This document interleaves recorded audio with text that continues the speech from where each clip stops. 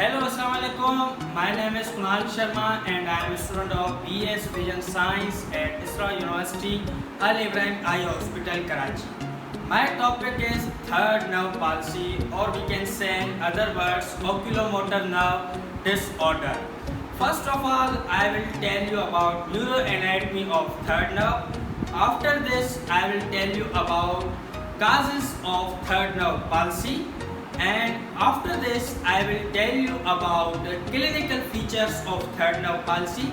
In the end, I will discuss conservative and surgical management of third nerve palsy. So let's continue. Topic start करते हैं। ओक्यूलोमोटर nerve जो है हमारी third cranial nerve होती है और 12 पेयर्स ऑफ क्रेनियल नर्व्स होते हैं हमारे ब्रेन में टोटल। और ये नर्व जो होती है वो रिस्पॉन्सिबल होती है for the eyeball and eyelid movements. Oculomotor nerve के दो सेपरेट कंपोनेंट्स होते हैं और दोनों का ही डिस्टिंक्ट फंक्शन होता है। एक होता है सोमेटिक मोटर कंपोनेंट और दूसरा होता है visceral motor component. Somatic motor component extra ocular muscles को सप्लाई करता है medial rectus, superior rectus, inferior rectus और इंफीरियर ऑब्लिक को। और वाइजरल मोटर कंपोनेंट्स हमारे स्फिंक्टर प्यूपिला और सीलियरी मसल्स को इनर्वेट करते हैं और ये सीलियरी मसल्स जो हैं वो रेस्पॉन्सिबल होते हैं for the accommodation. Origin oculomotor nerve की पढ़ेंगे अब। ओक्यूलोमोटर नर्व की जो मतलब ओक्यूलोमोटर नर्व है वो ओरिजिनेट होती है anterior aspect of the mid brain से, और जैसे ही ये नर्व एंटीरियरली मूव होती है ये इंफीरियरली पास होती है पोस्टीरियर सेरिब्रल आर्टरी से एंड सुपीरियरली ये पास होती है सुपीरियर सेरिब्रल आर्टरी से।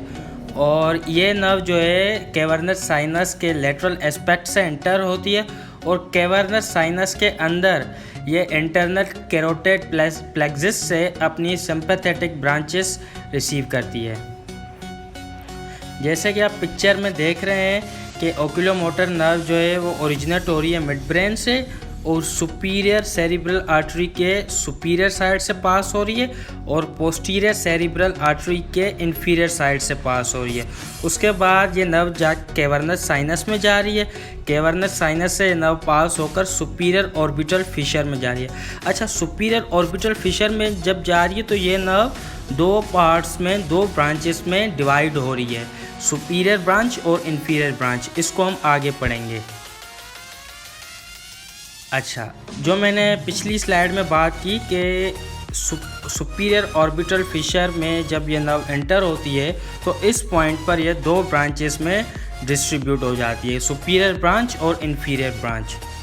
सुपीरियर ब्रांच जो होती है वो मोटर इनर्वेशन देती है सुपीरियर रेक्टस एंड लेवेटर पल्पेब्रा सुपीरियरसिस को, और सिंपैथेटिक फाइबर्स जो होते हैं वो सुपीरियर ब्रांच के साथ रन करते हैं और ये इनर्वेट करते हैं सुपीरियर टार्सर मसल को। और इंफीरियर ब्रांच जो होती है वो मोटर इनर्वेशन प्रोवाइड करती है inferior rectus, medial rectus and inferior oblique को।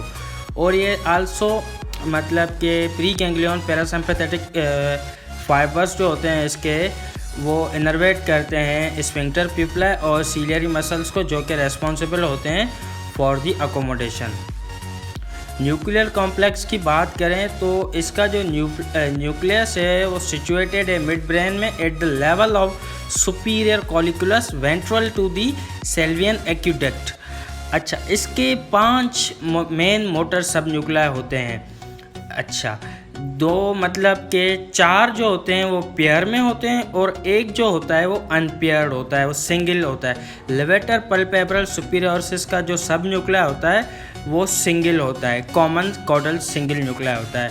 और मीडियल रेक्टस का पेयर में होता है, सुपीरियर रेक्टस का पेयर में होता है, इंफीरियर रेक्टस का पेयर में होता है एंड इंफीरियर ऑब्लिक का भी पेयर में होता है। लेकिन यहाँ पे लेवेटर पल्पेब्रल सुपीरियरसिस का सब न्यूक्लिया सिंगल होता है। ठीक है, इस वजह से अगर लेवेटर पल्पेब्रल के सब न्यूक्लिया में डैमेज आता है तो हमें बायलैटरल टॉसिस मिलता है। और इसके साथ एक और भी असेसरी मोटर न्यूक्लियस होता है, असेसरी मोटर न्यूक्लियस होता है जो कि एडिंगर वेस्टिफार न्यूक्लियस होता है।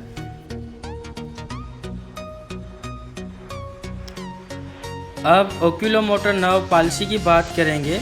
ओक्यूलोमोटर नर्व पाल्सी एक कंडीशन है जो कि मतलब ओक्यूलोमोटर नर्व में डैमेज आ जाता है तो उसकी वजह से होती है। काजेज इसके raised ICP intracranial pressure increase हो जाता है, उसकी वजह से हो जाती है। पोस्टीरियर कम्युनिकेटिंग आर्टरी में एन्यूरिज्म्स आ जाए, उसमें कैवर्नस साइनस का कोई इन्फेक्शन हो जाए या ट्रामा हो जाए, उसकी वजह से भी ये होता है क्योंकि ये नर्व कैवर्नस साइनस से पास हो रही होती है।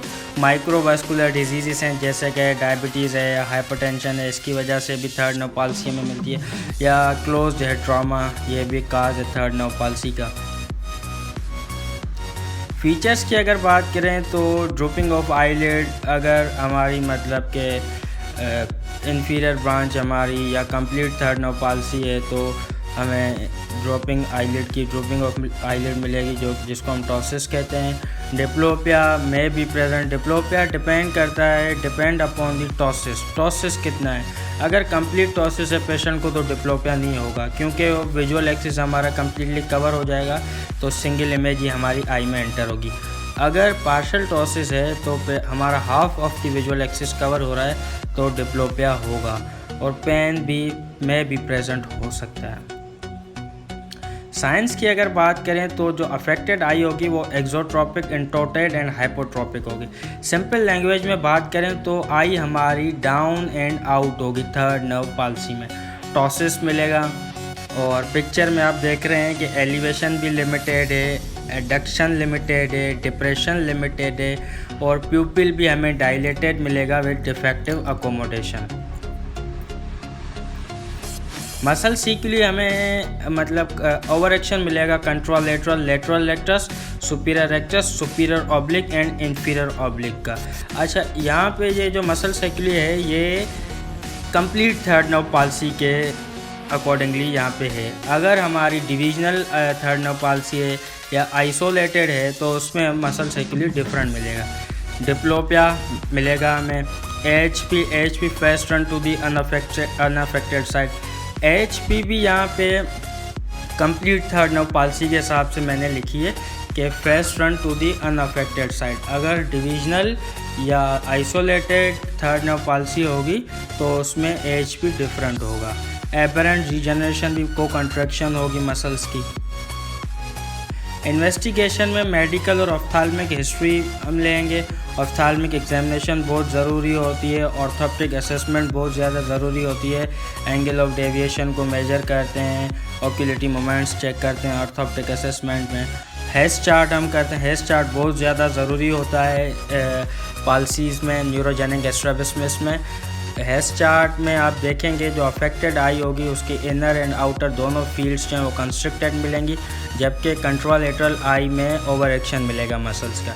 CT स्कैन और MRI भी कराएंगे डायग्नोस्टिक एक्यूरेसी के लिए।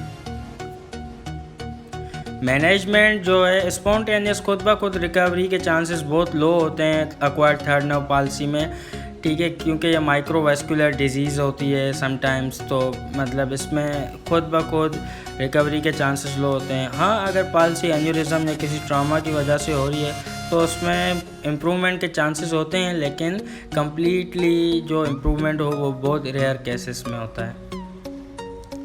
कंजर्वेटिव मैनेजमेंट हम किस तरह करेंगे थर्ड नर्व पाल्सी के पेशेंट की? प्रिज्म्स हम देंगे। प्रिज्म्स का लेकिन लिमिटेड रोल होता है क्योंकि एंगल ऑफ डेविएशन बहुत ज़्यादा होती है, इस वजह से प्रिज्म हम मतलब बहुत कम देते हैं पेशेंट्स को। पेंटेड कॉन्टैक्ट लेंस देंगे विद स्मॉल प्यूपिल क्योंकि अकोमोडेशन डिफेक्टेड होती है, स्फिंक्टर प्यूपिल है हमारे, इसमें उनमें मसला आ जाता है, तो इसकी वजह से प्यूपिल हमारा डायलेट हो जाता है। पेशेंट को फोटोफोबिया भी हो सकता है, पेशेंट फोटोफोबिया की कंप्लेन भी करेगा। ऐसी कंडीशंस में टिंटेड लेंसेज हेल्प आउट नहीं करते पेशेंट को, तो हम पेंटेड कॉन्टैक्ट लेंस देते हैं with small pupil aperture. Ptosis crutches या स्पेक्टिकल क्रचेस देते हैं, जो हम बायलैटरल टॉसिस में देते हैं और लेट को जो सपोर्ट करता है, ये आपने पिक्चर में भी देख रहे हैं कि मेटल की वायर लगी हुई है स्पेक्टिकल्स में, ये लेट को सपोर्ट करती है और ये बायलैटरल टॉसिस में हम देते हैं। बोटुलिज्म टॉक्सिन का इंजेक्शन लगाते हैं हम, जो अफेक्टेड मसल होता है उसमें टेम्पररी अलाइनमेंट के लिए हम ये बोटुलिज्म टॉक्सिन का इंजेक्शन लगाते हैं। सर्जिकल मैनेजमेंट की बात करेंगे अब। सर्जरी जो है हम तब तक रिकमेंड नहीं करेंगे जब तक कि डेविएशन स्टेबल नहीं हो जाती, और सर्जरी की जो अप्रोच है वो डिपेंड करती है कि आया पॉलिसी टोटल है या पार्शल है। सर्जरी हम स्ट्रैबिस्मस को करेक्ट करने के लिए एंड जो टॉसिस होता है उसके लिए हम इंडिकेट करते हैं, और अगर पॉलिसी कंप्लीट है तो हमारा सर्जरी का एम मतलब होता है कि कॉस्मेसिस को इम्प्रूव किया जाए, क्योंकि आई डाउन एंड आउट होती है तो कॉस्मेटिक बुरी अपीयरेंस आती है, और मतलब BSV हमें अचीव हो रही है तो वो भी हमारा एक गोल होता है सर्जरी में। कंटिन्यू करेंगे फर्दर सर्जरी के प्रोसीजर्स को। जो सर्जिकल प्रोसीजर्स हैं इसमें रिक्वायर्ड होते हैं लेटरल रेक्टस की मैक्सिमम रिसेशन करते हैं, ऑफन विद कंजक्टिवल रिसेशन।